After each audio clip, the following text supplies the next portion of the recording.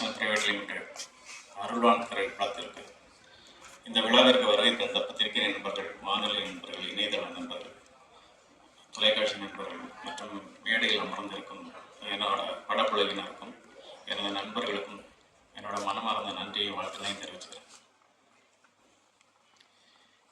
இந்த படத்தை சாதாரணமாக கடந்து போயிட முடியாது. இதில் நிறைய வலிகளும் இருக்கு, துன்பங்களும் இருக்கு.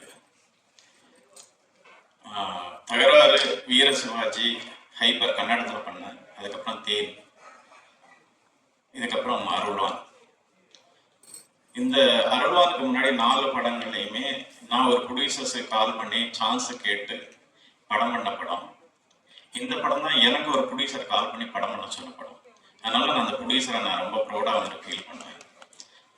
சரவணன் சாரை பற்றி சொல்லணும். அவர் ஒரு பிஸ்னஸ்மேன். அவர் அவுட் ஆஃப் ஸ்டேஷன், இன்னைக்கு வர முடியல. அவர் சினிமா ரொம்ப ஃபேஷன் அவருக்கு. அதாவது ஒரு சின்னதாக ஆரம்பிக்கப்பட்ட ஒரு படம் தான் இது. வந்து காளி வெங்கடன் லீடாக வச்சு ஒரு சின்னதாக ஒரு ப்ராஜெக்ட் பண்ணணும் சார் அப்படின்னு ஆரம்பித்தோம். ஆரம்பிக்கும் போது ப்ரொடியூசர் தான் இந்த படத்தை கொஞ்சம் பெருசாக ஆக்கினார். இல்லை கணேஷ், இது கொஞ்சம் பெட்டராக கொண்டு வாங்க, டெக்னீஷியனை பெரிய டெக்னீஷியனாக கொண்டு வாங்க, ஜி பிரகாஷோட கொண்டு வாங்க அப்படின்னு இந்த படத்தை பெருசாக கொண்டுட்டு போனார்.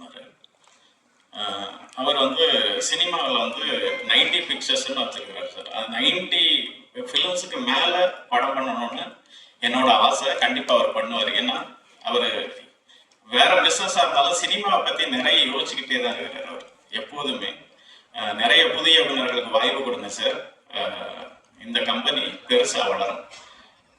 இந்த படத்தை எனக்கு வாய்ப்பளித்ததுக்கு முதல்ல உங்களுக்கு நன்றியை தெரிவிச்சுக்கிறேன். அடுத்தது என்னோட படம் எடிட்டர் கிஷோரை பற்றி சொல்லணும்.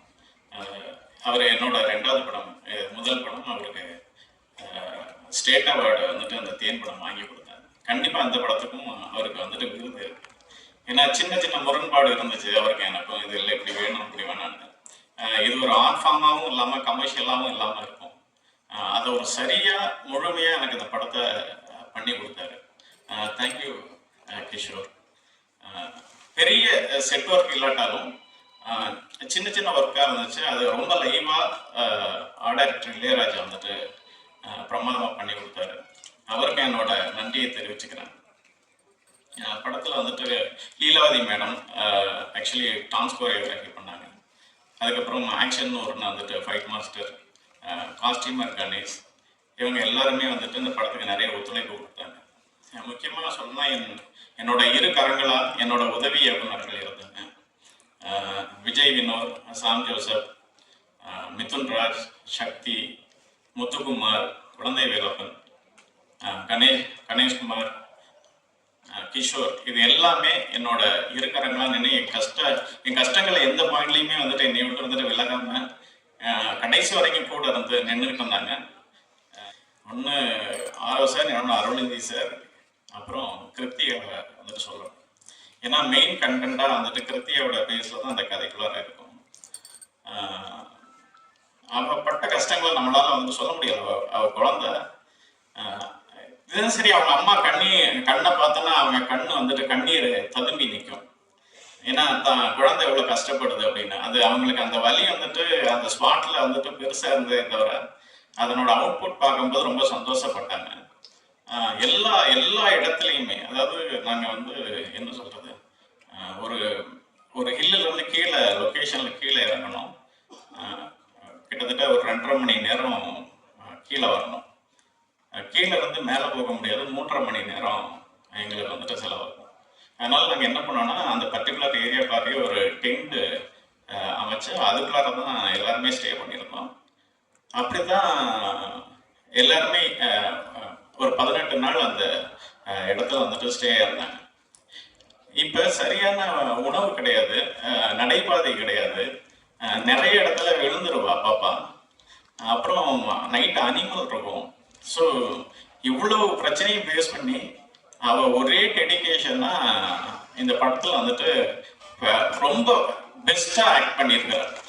அதாவது என்ன சொல்கிறது, இந்த படம் வந்துட்டு எந்த கேட்டகரியில் வந்துட்டு இதுக்கு விருது கிடைக்குதோ இல்லையோ, கிருத்திகாவுக்கு இது வந்துட்டு மிகப்பெரிய விருதாக வந்துட்டு வழங்கும். கண்டிப்பா ஒரு நேஷனல் அவார்டு அவளுக்கு கண்டிப்பா இருக்குது.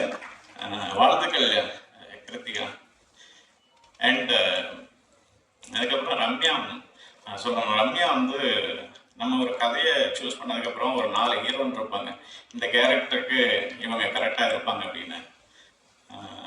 அப்படி வந்து நாங்கள் ரம்யாவுக்கு கால் பண்ணோன்னா அவங்க அங்கேருந்து வரும்போதே சொல்லிட்டாங்க, சார் நான் அந்த வில்லேஜ் படம்லாம் பண்ண மாட்டேன், சிட்டி பேஸில் ஏதாவது கதை இருந்துச்சுன்னா சொல்லுங்கள் நான் வரேன் அப்படின்னாங்க. சரி ரம்யா நீங்கள் வாங்க சும்மா ஜென்ரலாக மீட் பண்ணோம் அப்படின்னு சொல்லி வர சொன்னேன் அவருக்கு. அப்புறம் அதுக்கப்புறம் வந்து கதை கேட்டாங்க. அவங்களுக்கு ரொம்ப பிடிச்சிருந்துச்சு ஸ்கிரிப்ட். பிடிச்சதுனால கொஞ்சம் நிறைய யோசிச்சுட்டு கண்டிப்பாக நான் அந்த படம் பண்ணுறேன் சார் அப்படின்ட்டு போயிட்டாங்க. ரம்யா கண்டிப்பாக நீங்கள் மாடலாக அடுத்தடுத்து படங்கள் வரும், நீங்கள் கவலைப்படாதீங்க. அண்டு ரம்யா பற்றி சொல்லணும்னா ரொம்ப டெடிக்கேஷனான ஆர்டிஸ்ட். நான் 7 மணிக்கு இப்போ ஷார்ட் வைப்பேன், ஏன்னா அந்த சுமார் வந்துட்டு அந்த சன் வர்றதுக்கு முன்னாடி ஷார்ட் எடுக்கலான்டா மிஸ்ட் அந்த மாதிரி இருக்கும். ஆனால் இவங்க 6:50க்கெல்லாம் கரெக்டாக வருவாங்க. அதுவும் காஸ்டியூம் மேக்கப்போட வருவாங்க, வித்தவுட் மேக்கப் தான், ஆனால் பட் லைட்டாக அவங்க மேக்கப் அப்ளை பண்ணிப்பாங்க. ஆனால் அவ்வளோ காலையில் அந்த குளிரில் அங்கே எந்த வசதிகளுமே இல்லாத ஒரு இடத்துல கூட அவ்வளோ டெடிக்கேஷனாக வந்து எங்களுக்கு வந்துட்டு கோஆப்ரேட் பண்ணாங்க. கதாபாத்திரம் எழுதி அதை நடிக்க வச்சாரு. இந்த படம் ஷூட்டிங்னாவே உதவியாளர்கள்லாம் அலறுவாங்க, ஏன்னா மனித நடமாட்டமே இல்லாத இடத்துக்கு தான் ஷூட்டிங் கூட்டு போகிறது. அதுலேயே நம்ம சுகுமாரன் இருக்காரு, ஒரு ஆள் தடப்படாத இடமா இருக்கும், அந்த மிருகங்களும் ஏறி போக முடியாத ஒரு சூழ்நிலையாக தான் இருக்கும், ஒரு புதர் காடாக இருக்கும். அந்த காட்டுக்குள்ளே கொண்டு போய் அவர் கேமரா வச்சுக்கிட்டு ரிவர்ஸில் போடுவார். நம்ம ஃபார்வர்டில் நடக்க முடியாது அந்த இடத்துல, கொட்டி கழிச்சு புதர்லாம் இருக்கும். அதுக்குள்ளே ரிவர்ஸில் கேமரா தூக்கிட்டு மேலே ஏறி ஓடிக்கிட்டு இருப்பார். நம்ம அவரை ஃபாலோ பண்ணி போகிறது பெரிய கஷ்டமாக இருக்கும். அந்த மாதிரி ஒவ்வொரு நாளும் சவால். ஒரு நாள் இந்த பூக்கால் பக்கத்தில் ஒரு அங்கேருந்து ஒரு 4 கிலோமீட்டர் கீழே இறங்கணும். இறங்கி ஒரு பள்ளத்துக்குள்ளே ஷூட்டு. ரூம்லாம் கிடையாது, இங்கே வழக்கமாக கேரள ரூம் அதுக்கெல்லாம் இடம் கிடையாது. அவங்கவுங்க டென்ட்டு அவங்களே தூக்கிட்டு போயிடணும். கீழே போய் டென்ட்டு போட்டு தான் தங்கணும் அந்த ஷூட்டிங் ஸ்பாட்டுக்கு. இறங்கினோடனே இங்கே தான் பக்கத்தில் அப்படி இறங்கி போயிடலான்ட்டு அந்த உள்ளூர்கார் ஒருத்தர் அவர் வேகமாக இறங்கி போயிட்டு இருந்தார். அது இறங்கும்போது ஒரு கல் ஒன்று உருண்டு அப்படியே போச்சு. அந்த கல்லை ஃபாலோ பண்ணி பார்த்தேன், அது கீழே அந்த மலையை தாண்டி கீழே தான் போய் லேண்ட் ஆச்சு. எங்கேயுமே லேண்டிங்க்கு இடம் கிடையாது, அப்படி தலைகீழே இறங்கி போகணும். அதில் வந்து அது ஒரு பாதை போட்டிருக்காங்க, வேறு ஒரு இடத்துக்காரங்க. அந்த மாதிரி ஒவ்வொரு நாளுமே இந்த கடைசி ஷெட்யூலில் எனக்கு டேட் இல்லைன்னொடனே உதவியாளர்கள்லாம் குஷி ஆகிட்டாங்க, அப்போ அந்த படம் போகலையா அது அதில் 2 நாள் நடிக்க முடியாமல் போச்சு. அந்தளவுக்கு ரொம்ப சவால். இடையில நடிச்சிருந்த அந்த சின்ன லெவலில் நடிக்கிற எனக்கே இவ்வளோ சவாலாக இருந்துச்சுன்னா ஒவ்வொரு நாளும் அந்த படத்தை எப்படி எடுத்திருப்பாங்க. பயங்கரமான ஒரு விஜுவல் எக்ஸ்பீரியன்ஸாக இருக்கும் அந்த படம். நான் கொஞ்சம் எனக்கு காமிச்சார் என்ன டைரக்டர் சார், பார்த்தேன். ஐயோ சுகுமாரன் வந்து ஏற்கனவே வந்து அவர் காட்டுக்குள்ளே பிறந்து வளர்ந்த மாதிரி தான் அப்படி நடிச்சிருப்பாரு. இதில் வந்து இந்த காட்டை வேற ஒரு பர்ஸ்பெக்டிவ்ல காமிச்சிருக்காரு. அது எல்லா லொக்கேஷனுமே மேகத்துக்கு மேலே தான் இருக்குது. ஒரு மேகம் இருக்குல்ல, அந்த மேகங்களுக்கு மேலே இருக்கிற உயரத்தில் தான் இருக்கிற மாதிரி லொக்கேஷன். ஒரு ஹெவனில் வச்சு ஷூட் பண்ண மாதிரி பண்ணியிருக்காரு. அதை தாண்டி இந்த கதை ரொம்ப முக்கியமான கதை. ஒரு அடிப்படை கல்வியை பற்றி பேசுகிற ஒரு படமாக இருக்கும். அது ரொம்ப முக்கியமான படமாக இருக்கும். இப்போ பேசப்படும் அந்த படம் நம்பிக்கிறேன் எனக்கு. அப்புறம் அருள்நிதி சார் ஒரு படத்துக்குள்ளே சாதாரணமாக வரமாட்டார்ல, அவரோட கதை தேர்வு நமக்கு தெரியும். அந்த மாதிரி அவ்வளோ முக்கியமான ஒரு படமாக இருக்கும். ஆர்வம் சார், ரம்யா, எல்லாருக்குமே பாப்பா நடித்தேன், எல்லாருக்குமே கூட நடித்த எல்லாருக்குமே ரொம்ப நன்றி. ரொம்ப நல்ல எக்ஸ்பீரியன்ஸ் கொடுத்தது இந்த படம். இந்த படம் பெரிய அளவில் வெற்றி வரும் நம்பிக்கை இருக்குது. நன்றி, வணக்கம். தேங்க்ஸ் இந்த படத்துக்கு ஆப்பர்ச்சுனிட்டி கொடுத்த டைரக்டருக்கும் ப்ரொடியூசருக்கும் வரலைங்க சார். படத்தை பண்ணி கொடுத்தது ரொம்ப நன்றி சார். ஆர்வம், ரம்யா, கலைஞர் எல்லாத்துக்கும் நன்றி. தேங்க்யூ, நன்றி.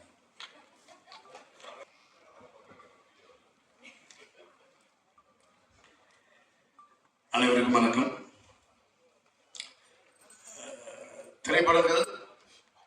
திரைப்பட விநியோகங்கிறது வந்து பொதுவாக வர்த்தகம் சார்ந்தது.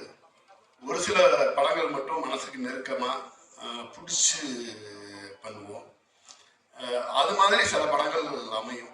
இது வந்து அது கருத்து ரீதியாக இருக்கலாம், அந்த படத்தோட காட்சி அமைப்பாக இருக்கலாம், ஏதோ ஒரு விதத்தில் நெருக்கமான ஒரு விஷயமா இருக்கும். ஒரு அரசு பள்ளியில் படிக்கக்கூடிய மாணவர்கள் அதை பற்றி எனக்கு நிறைய கேள்வி இருக்கும். சும்மா எனக்கு பர்சனலாக நான் வெளிப்படையாக அதை யார்கிட்டையும் பகிர்ந்துக்கிட்டதில்லை, எனக்கே நிறைய கேள்வி இருக்கும். ஒரு அரசு பள்ளி அந்த அரசு பள்ளி கூட கிடைக்காத ஒருத்தவங்களை பத்தி வந்து 2026ல ஒரு படமா வருது. கொஞ்சம் ஒரு 2000 உள்ள ஒரு படம் மாதிரி பண்ணியிருக்காங்க. ரொம்ப ரொம்ப ஒரு மாதிரி அதை பார்க்கவே ரொம்ப ஒரு மாதிரி இருந்துச்சு. அதுல ஒவ்வொரு கதை மாந்தர்களும் சின்ன சின்ன சின்ன சின்ன கேரக்டர்ல இருந்து ஆரம்பிச்சு ஒன்னும் அது செதுக்கப்பட்ட விதம். இந்த director Ganesh Vinayagam and Sukumar sir 2 பேரும் சேர்ந்து ஏற்கனவே தேன்னு ஒரு படம் பண்ணாங்க. நான் அந்த படத்தை வந்து வெளியிட்டேன். இவங்க 2 பேருக்குமே ஒன்று உண்டு. இந்த காடு மலை அப்படின்னாலே 2 பேருக்கு பயங்கர சந்தோஷம் வந்துடும்னு நினைக்கிறேன். அதை வந்து மொத்தமா அப்படியே எடுத்து கொண்டாந்து கொடுக்கணும். சுகுமார் சார் சொல்லவே வேண்டியதில்லை. காடு மலை அருவி அப்படின்னா வந்து சுகுமார் சார்னு பேட்டர்ன் பண்ணி வச்சுட்டாரு போல இருக்கு.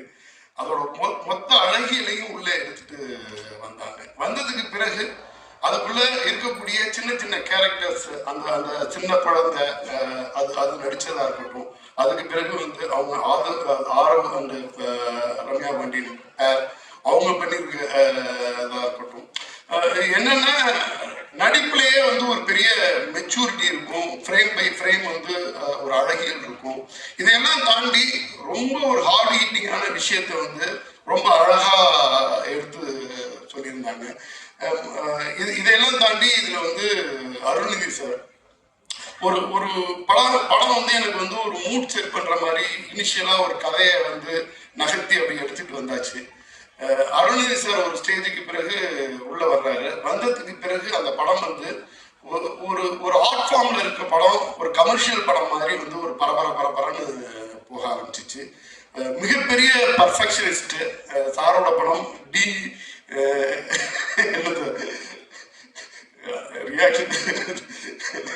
மிகப்பெரிய பர்ஃபெக்ஷனிஸ்ட் டிமாண்டிக் காலனி இதெல்லாம் வந்து சாரோட படத்தை எடுத்து மொத்தமா நான் வாங்கி வெளியிட்ட படம். அது ஒரு சின்ன சின்ன விஷயத்துலையும் அவ்வளோ பர்ஃபெக்ஷன் பார்ப்பாங்க. அது ப்ரொடியூசருக்கு வந்து ப்ரொடியூசர் ஃப்ரெண்ட்லியா இருக்கிறதா இருக்கட்டும். நான் வந்து அந்த படம் வாங்கி ரிலீஸ் பண்ணும் பொழுது அதோட இன்டர்வியூ கூட என்னோட ஆஃபீஸ்ல உட்காந்தே பண்றேன் அப்படின்னு சொல்லிட்டு ஃபுல் அண்ட் ஃபுல் பண்ணாங்க. அதுல உள்ள செலவை கம்மி பண்ணி வேற ஏதோ ஒரு ப்ரொமோஷனுக்கு நீங்க யூஸ் பண்ணலாம் அப்படின்ற மாதிரி சொல்லிட்டு சின்ன விஷயமும் ப்ரொடியூசருக்கு ரொம்ப கோஆப்ரேட்டா அந்த ஒரு டீம்னா அந்த டீமுக்கு வந்து எவ்வளவு சப்போர்ட்டிவா இருக்க முடியும், தன்னோட பங்களிப்பு வந்து என்ன மாதிரி இருக்கணும் பார்த்து பண்ணக்கூடிய ஒரு ஹீரோ. இந்த படம் எனக்கு வந்து ரொம்ப ஒரு பெருமையான படமா நான் நினைச்சு வெளியிடுறேன். ஏன்னா இன்னைக்கு வந்து விளிம்பு நிலை மக்களோட விஷயத்த வந்து பேசுறதுக்கான படங்கள், அதை மிக சரியா சொல்றதுக்கான அந்த அரசியல் புரிதலோட படம் பண்ணக்கூடிய இயக்குநர்கள், அதுங்கிறதே வந்து நமக்கு ஒரு வரப்பிரசாதம் அப்படின்னு நினைக்கிறேன். சமீபத்தில் கூட பார்த்தேன், அரசு பள்ளியில வந்து முன்னாள் மாணவர் நல சங்கம் அதுக்காக காளி வெங்கட் சார் வந்து ஒரு தொடர்ச்சியா ரீல்ஸ் வந்து வைரல் ஆகிட்டே இருந்துச்சு. ரொம்ப சோசியல் மீடியா லெவல்ல உள்ள கிட்ஸுங்க வந்து அவங்களோட அடுத்தடுத்த ஃப்ரெண்ட்ஸுங்களோட கனெக்டடா இருக்காங்க. அவங்களோட படிச்சவங்க ஸ்கூல்லேருந்து காலேஜ்மெண்ட்லேருந்து எல்லாமே கனெக்டடா இருக்காங்க. நிறைய அரசு பள்ளி மாணவர்கள் வந்து அந்த கனெக்ட் கூட கிடைக்காம எங்கெங்கேயோ போயிடுறாங்க. அது வந்து என்னன்னா, நான் கூட நினைப்பேன் ஒரு அரசாங்கமே அதை எடுத்து முன்னாள் மாணவர் நல சங்கத்தை வந்து பண்ணா என்ன அப்படின்னு எல்லாம் கூட யோசிச்சிருக்கேன். இந்த படத்துல சம்பந்தப்பட்ட காளி வெங்கட் சார் வந்து அவரோட பள்ளிக்கு ரொம்ப அழகா அதை பண்றாரு. வாழ்த்துக்கள் காளி வெங்கட் சார். இந்த படம் பெரிய வெற்றி அடையணும். அதே மாதிரி வந்து 90 பிக்சர்ஸ் எஸ்ஜி சரவணன் சார் அவங்க மிஸ்ஸஸ் ஒரு மிகப்பெரிய நம்பிக்கையோட தி பிரகாஷ் சார் மியூசிக் இந்த படத்தோட பட்ஜெட் பத்தி எல்லாம் கவலைப்படாம இந்த படத்துக்கு எந்த அளவுக்கு வேணாலும் நான் சப்போர்ட்டிவா இருப்பேன், நான் வந்து அந்த படத்தை வந்து எடுத்து ப்ரொமோட் பண்ணி ஸ்டேஜ் பண்ணுவேன் அப்படின்ற மாதிரி ஒரு ப்ரொடியூசர் முதல்ல வந்திருக்காங்க.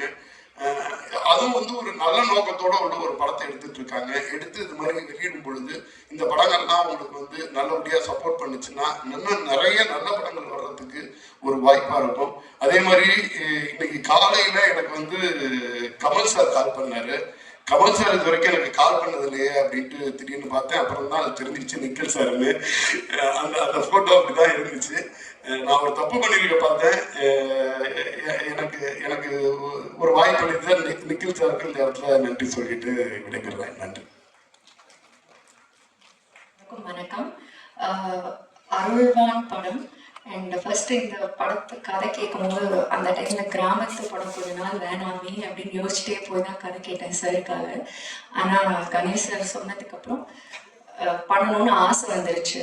அண்ட் மெயினாக அதோட அந்த என்ன சொல்ற படத்தோட கருன்னு சொல்ற மாதிரி படிக்கிறதுல ஸ்கூல்ல இந்த ஃபெசிலிட்டியில அந்த ஃபெசிலிட்டி இல்லைன்னு நினைக்கலாம். பட் படிக்கிறதுக்கான ஃபெசிலிட்டியே இல்லை அப்படின்னு நம்ம ஊர்லயே ஒரு இடம் இருக்கு, மக்கள் இருக்காங்க, இந்த மாதிரியும் வாழ்றாங்க அப்படின்னு நினைக்கும் போது இதுல கண்டிப்பா நம்ம இருக்கணும் அந்த படத்துல அப்படின்னு ஒரு ரெஸ்பான்சிபிளாகவும் ஃபீல் ஆச்சு. அண்ட் ப்ரொடியூசர் சார் இப்படி ஒரு படத்து மேல நம்பிக்கை வச்சு அண்ட் பண்ணதுக்கு தேங்க்யூ.